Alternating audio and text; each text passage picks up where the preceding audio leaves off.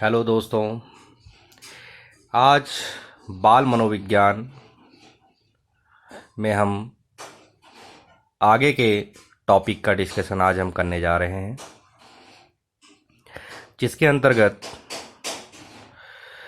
हम आज शिक्षा मनोविज्ञान के बारे में पढ़ेंगे कि मनोविज्ञान की आवश्यकता शिक्षा जगत में क्यों पड़ी, शिक्षा के अंदर मनोविज्ञान की आवश्यकता क्यों पड़ी।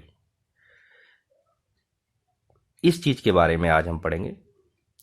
तो साथियों, जैसा कि मैंने आपको पिछले अपने वीडियोज़ में मनोविज्ञान के बारे में बताया कि मनोविज्ञान क्या होता है, उनके अर्थ, परिभाषाएं और मनोविज्ञान का उत्पत्ति कैसे होती है, उन सब के बारे में विस्तार पूर्वक मैंने अपनी 2 वीडियोज़ में आपको मनोविज्ञान के बारे में बताया है। अगर किसी ने नहीं देखा, नहीं पढ़ा है, तो एक बार आप उस वीडियोज़ को देख सकते हैं और उन वीडियो से मनोविज्ञान के बारे में पूरी जानकारी ले सकते हैं। आज हम पढ़ेंगे शिक्षा मनोविज्ञान। शिक्षा मनोविज्ञान जो है वो मनोविज्ञान के नियम एवं सिद्धांत को शिक्षा के क्षेत्र में प्रयोग करना ही शिक्षा मनोविज्ञान कहलाता है। प्रथम शैक्षिक मनोवैज्ञानिक थॉर्नडाइक ने माना था कि जो शिक्षा मनोविज्ञान है उसे 2 भागों में बांटा जा सकता है, शिक्षा और मनोविज्ञान। शिक्षा जो होती है उसको ग्रहण करने के बाद व्यवहार में जो परिमार्जन होता है उसी को हम शिक्षा कहते हैं, और मनोविज्ञान व्यवहार का जो अध्ययन करना होता है उसी को हम मनोविज्ञान कहते हैं। तो इस तरीके से शिक्षा मनोविज्ञान को 2 भागों में बांटा गया था। शिक्षा प्लस मनोविज्ञान को मिलाकर शिक्षा मनोविज्ञान बनता है। व्यवहार का परिमार्जन शिक्षा और व्यवहार का अध्ययन मनोविज्ञान कहलाता है। इसकी परिभाषा थॉर्नडाइक ने दी, व्यवहार के परिमार्जन के लिए व्यवहार का अध्ययन करना ही शिक्षा मनोविज्ञान कहलाता है। तो ये थॉर्नडाइक की परिभाषा थी, इसे हम हूबहू याद कर लेते हैं। बहुत बार परीक्षाओं में ये परिभाषा हमें पूछी जाती है, तो इस परिभाषा को हम अच्छे से अपना याद कर लेंगे साथियों। इसके साथ ही आगे हम शिक्षा मनोविज्ञान का इतिहास, मतलब शिक्षा मनोविज्ञान कैसे कैसे किस किस जो थिंकर्स थे, जो मनोवैज्ञानिक थे, उन्होंने क्या क्या कहा। इसमें सबसे पहले कॉल्सनिक के अनुसार कुछ कोटेशंस आती हैं साथियों, पेपरों में बहुत बार कोटेशंस पूछी जाती हैं, और ये कोटेशंस को हम हूबहू याद करना चाहिए हमें, क्योंकि परीक्षाओं में यही हूबहू कोटेशंस आपसे पूछी जाती है। कॉल्सनिक के अनुसार ईसा से 5वीं सदी पूर्व यूनानी दार्शनिकों के साथ से शिक्षा मनोविज्ञान का प्रारंभ होता है। कॉल्सनिक ने माना कि ईसा से 5वीं सदी पूर्व यूनानी दार्शनिकों के साथ शिक्षा मनोविज्ञान का प्रारंभ होता है। इसी के साथ ही हम देखते हैं बी.एफ. स्किनर जो हैं वो भी मनोवैज्ञानिक हैं एक, उन्होंने शिक्षा मनोविज्ञान के लिए कहा, शिक्षा मनोविज्ञान का आरंभ अरस्तु से होता है। अरस्तु का जो काल होता है, तो बी.एफ. स्किनर ने माना कि अरस्तु के काल से शिक्षा मनोविज्ञान का प्रारंभ होता है। तो इस तरीके से शिक्षा मनोविज्ञान का इतिहास, कि शिक्षा मनोविज्ञान की शुरुआत कहाँ से होती है, तो बहुत सारे विभिन्न वैज्ञानिकों के द्वारा माना गया। अब अरस्तु का अध्ययन पद्धति हम देखते हैं अगर, कि अरस्तु ने क्या कहा, तो जो शिक्षा, अरस्तु ने शिक्षा के बारे में कहा सभी के लिए अलग अलग होनी चाहिए। सबसे पहले तो अरस्तु ने बोला कि जो शिक्षा है वो सभी के लिए क्या होनी चाहिए, अलग अलग होनी चाहिए। इसके अनुसार शिक्षा जो है वो हर व्यक्ति के मानसिक स्तर, आयु स्तर के अनुसार अलग अलग दी जानी चाहिए। दूसरा इसने बोला सभी के लिए अलग अलग विधियां होनी चाहिए, क्योंकि सभी का मस्तिष्क, सभी का कैपेसिटी या ग्रहण करने की क्षमता जो होती है वो अलग अलग होती है। तो इसलिए सभी के लिए अलग अलग विधियों, टेक्निक्स का प्रयोग करना चाहिए। ऐसा नहीं कि एक ही टेक्निक से सभी लोगों को अगर सिखाने की कोशिश करी जाए, शिक्षा देने की कोशिश करी जाए, तो वो सभी लोग उसको एक्सेप्ट कर लें, नहीं, क्योंकि सभी का मानसिक स्तर अलग होता है, सभी की परिस्थितियां अलग होती हैं, स्थितियां अलग होती हैं, इसलिए हर व्यक्ति के लिए टेक्निक्स भी अलग अलग होनी चाहिए कि उसे इजी समझ में आ जाए, इजीली वो उस चीज़ को समझ ले। तो उन्होंने बोला, सबसे पहला बोला सभी के लिए क्या होनी चाहिए, शिक्षा अलग अलग होनी चाहिए और सभी के लिए अलग अलग विधियों का प्रयोग किया जाना चाहिए। और तीसरा बोला स्वतंत्र एवं मुक्त होती है शिक्षा जो होनी चाहिए, वो स्वतंत्र एवं मुक्त होनी चाहिए। ऐसा नहीं कि किसी के ऊपर जबरदस्ती कुछ चीज़ थोपी जाए या उसे बाउंडेशन जबरदस्ती पकड़ के बाउंडेशन उस पर प्रतिबंध लगा के उसे शिक्षा जबरदस्ती ग्रहण कराई, नहीं। शिक्षा जो ग्रहण होनी चाहिए वो क्या होनी चाहिए, स्वतंत्र अवस्था में और मुक्त अवस्था में होनी चाहिए, जिससे बच्चा स्वतंत्र अवस्था में क्या करे, अपनी शिक्षा को ग्रहण करे, जो उसकी मर्जी हो, जैसी उसकी शिक्षा लेनी चाहता हो उस तरीके की शिक्षा उसे ग्रहण करानी चाहिए। इसके साथ ही साथियों देखा जाता है रूसो ने भी शिक्षा मनोविज्ञान के बारे में कहा। रूसो जो था वो एक प्रकृतिवादी विचारधारा का प्रतिपादक करने वाला व्यक्ति था। उसने प्रकृतिवाद को अपनाया। इसे ही रूसो को ही हम क्या मानते हैं, प्रकृतिवादी विचारधारा का जनक मानते हैं। बहुत बार परीक्षाओं में पूछा जाता है, कॉम्पिटिटिव एग्जाम में, जैसे आप टीचिंग के पेपरों में बहुत बार देखेंगे तो वहाँ अधिकतर क्वेश्चंस पूछे जाते हैं प्रकृतिवादी विचारधारा का जनक किसे माना जाता है, तो वह है रूसो। शिक्षा मनोविज्ञान के आंदोलन का सूत्रपात भी इसी को माना जाता है। तो रूसो ने ही स्वतंत्र शिक्षा, स्वतंत्र अवस्था या प्रकृति के अंदर स्वतंत्र अवस्था में शिक्षा ग्रहण करने की बात कही है। रूसो के अनुसार बच्चों को स्वतंत्र प्रकृति में शिक्षा के लिए छोड़ देना चाहिए और वह प्रकृति में अंतःक्रिया करके अपना विकास स्वयं कर देगी। तो रूसो मानता था कि बच्चे को क्या करना चाहिए, कोई भी अबोध बालक या बच्चा है उसे प्रकृति में स्वतंत्र छोड़ देना चाहिए।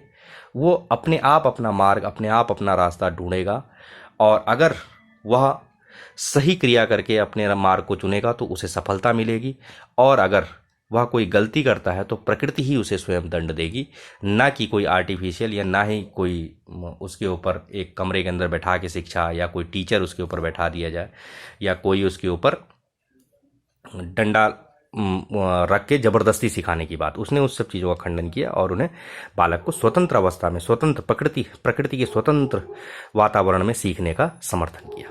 ठीक है साथियों, इसके बाद नेक्स्ट आते हैं स्टैनले हॉल यह मूलतः बाल विकास से संबंधित है।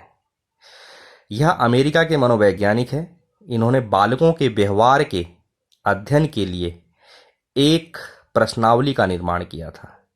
इन्हें बाल मनोविज्ञान का जनक माना जाता है। ये बहुत ही इंपॉर्टेंट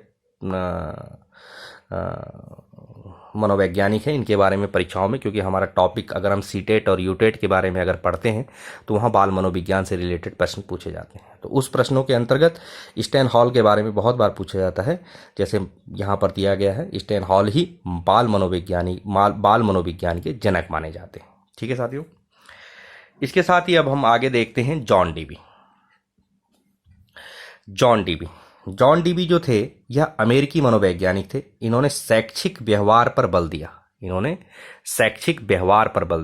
इन्होंने शिक्षा मनोविज्ञान की प्रथम प्रयोगशाला शिकागो अमेरिका में स्थापित की। वहाँ मैंने बताया था पिछली क्लास में मनोविज्ञान की भी प्रयोगशाला हुई थी। यहाँ शिक्षा मनोविज्ञान की प्रथम पाठशाला किसने करी, जॉन डीबी ने शिकागो अमेरिका में जो पड़ती है जगह, वहाँ पर स्थापित की। तो अगर हम मानेंगे, अगर हम प्रश्न आता है कि शिक्षा मनोविज्ञान की प्रथम प्रयोगशाला किसने स्थापित की, तो जॉन डीबी ने करी। और कहाँ की, तो शिकागो में करी, जो अमेरिका में। ठीक है साथियों, इसकी स्थापना शिक्षा मनोविज्ञान की जो प्रथम स्थापना 1890 ईस्वी में की गई थी। ठीक है साथियों, इसके साथ अब अगला जो मनोवैज्ञानिक है वो थॉर्नडाइक ने शिक्षा मनोविज्ञान के बारे में क्या कहा, उसे हम देखते हैं। थॉर्नडाइक ने सीखने के नियम पर बल दिया। यह नियम शिक्षा के क्षेत्र में दिए गए थे। इसे प्रथम शैक्षिक मनोवैज्ञानिक माना जाता है। थॉर्नडाइक को प्रथम शैक्षिक मनोवैज्ञानिक माना जाता है। ठीक है, शिक्षा मनोविज्ञान की उत्पत्ति 1900 ईस्वी में हुई थी, लेकिन शिक्षा मनोविज्ञान ने अपना स्पष्ट एवं रूप जो धारण किया वह 1920 ईस्वी में किया। यही शिक्षा मनोविज्ञान की स्वतंत्र उत्पत्ति होती है। 1920 से ही हम मानते हैं कि शिक्षा मनोविज्ञान की स्वतंत्र उत्पत्ति होती है। अभी तक मनोविज्ञान के अंतर्गत शिक्षा को देखा जाता था, लेकिन शिक्षा मनोविज्ञान को स्वतंत्र सिलेबस के रूप में हम पढ़ने लग गए 1920 से। अब हम देखते हैं शिक्षा मनोविज्ञान की कुछ परिभाषाएं हैं जो कुछ मनोवैज्ञानिकों ने दी है साथियों, उसको हम देखते हैं। अब तो सबसे पहली जो है वो बीएफ स्किनर द्वारा दी गई है।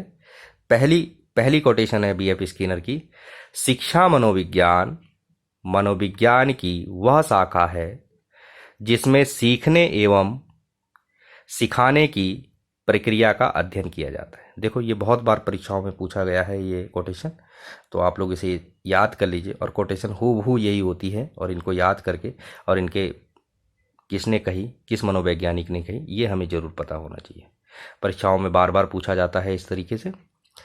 इन्होंने बीएफ स्किनर ने ही दूसरी एक कोटेशन दी, शिक्षा मनोविज्ञान शैक्षिक परिस्थितियों में विद्यार्थी के व्यवहार का अध्ययन करती है जिसका संबंध शिक्षण एवं अधिगम से होता है।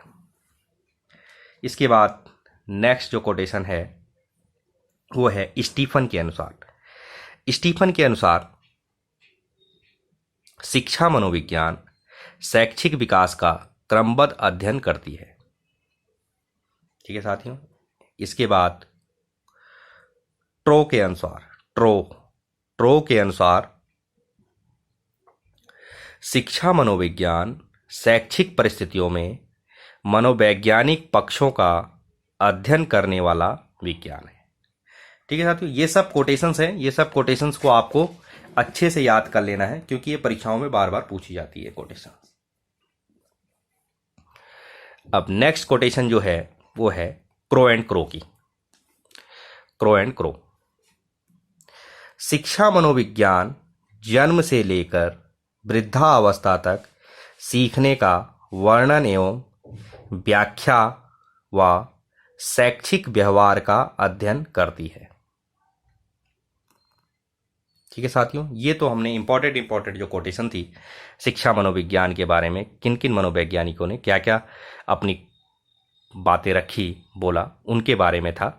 तो ये सारी कोटेशंस आप लोग याद करेंगे, परीक्षाओं में बार बार पूछी जाती हैं कोटेशन, तो इनको आप जरूर याद कर लें। अब शिक्षा मनोविज्ञान की प्रकृति कैसी है उसके बारे में हम देखते हैं। तो पील महोदय ने इसके बारे में कहा, शिक्षा मनोविज्ञान शिक्षा का विज्ञान है। पील महोदय ने कहा शिक्षा जो मनोविज्ञान है वो शिक्षा का विज्ञान है, एक वैज्ञानिक पद्धति है। शिक्षा मनोविज्ञान क्या है? एक वैज्ञानिक पद्धति है जिसमें हम क्या करते हैं, प्रयोगों के आधार पर हम सिद्ध करते हैं कि ये शिक्षा हर किस स्तर के लिए कितनी बेहतर है और किस तरीके से सीखी जा सकती है। तो यह एक विज्ञान का ही हिस्सा है पील महोदय के अनुसार। इसके बाद बीएफ स्किनर जो थे उन्होंने कहा शिक्षा मनोविज्ञान में सीखना विज्ञान है एवं सिखाना एक कला है। तो बीएफ स्किनर ने कहा कि जो शिक्षा मनोविज्ञान है, शिक्षा मनोविज्ञान के अंदर जो सीखा जाता है वह विज्ञान है। एक वैज्ञानिक पद्धति की तरह हम क्या करते हैं, शिक्षा मनोविज्ञान को सीखते हैं एवं सिखाना, और इस चीज को सिखाना इस चीज को सिखाना एक कला है, एक आर्ट है कि हम किस तरीके से मनोवैज्ञानिक ढंग से शिक्षा को दे सकते हैं किसी को। क्योंकि हम देखते हैं कि बहुत सारे जो टीचर्स होते हैं या सिखाने वाले होते हैं या पढ़ाने वाले लोग होते हैं वो वेल ट्रेंड नहीं होते हैं, वो देख ही नहीं पाते। वो क्या करते हैं, एक भीड़ की क्लास, एक बहुत बड़ी भीड़ की क्लास है, उसमें लगे हुए हैं ब्लैक बोर्ड पे पढ़ाने पे, कौन बच्चा कितना समझ रहा है, कितना आ रहा है, कितना नहीं आ रहा, उससे कोई मतलब नहीं है उनको। वो क्या करे जा रहे हैं कि बस अपना एक रटी हुई ज्ञान को, एक रटी हुई पद्धति को पढ़ाए जा रहे हैं। अब उसमें आउटपुट क्या निकलता है कि हम बच्चों से पूछते हैं सवाल तो वो चीज़ आ ही नहीं रहा है, बच्चे करना ही नहीं जान रहे, और हम उन्हें सोच रहे कि हम बहुत बेहतर टेक्निक से पढ़ा रहे हैं, लेकिन क्या हो रहा है कि बच्चों की समझ में आ नहीं रहा, बच्चे उसका उत्तर दे नहीं पा रहे हैं, या बच्चे सॉल्व कर ही नहीं पा रहे हैं उन चीज़ों को, उन क्वेश्चनों को, या उन जो पढ़ाया जा रहा है उन चीज़ों को नहीं समझ पा रहे हैं। तो कहीं ना कहीं क्या है, एक टेक्निक की कमी है, एक विधियों की कमी है, प्रविधियों की कमी है कि हम किस विधि, किस टेक्निक से बच्चों को सिखाएं। तो ये भी एक कला है, सिखाना एक कला है। B.F. स्किनर ने भी इसी चीज़ का समर्थन किया कि जो शिक्षा जो है वो सीखने सिखाने की कला है, कि हम कितने अच्छे तरीके से किसी को सिखा सकते हैं, वो चीज़ इम्पॉर्टेंट है। और उस सिखाने के लिए हम कितना प्रशिक्षण, हमें प्रशिक्षण होना बहुत ज़रूरी है, हमें प्रशिक्षित होना बहुत ज़रूरी है कि हम अपना प्रशिक्षित हों, बिल्कुल सीखें कि हम कितना सीख सकते हैं, और वेल ट्रेंड होके हम पढ़ाने का तरीका वो होना चाहिए हमें, ये चीज़ है। ठीक है, तो ये होना चाहिए हमें। शिक्षा मनोविज्ञान, शिक्षा मनोविज्ञान व्यवहार का एक विधायक ऑब्लिक शुद्ध ऑब्लिक निश्चित विज्ञान है। नियामक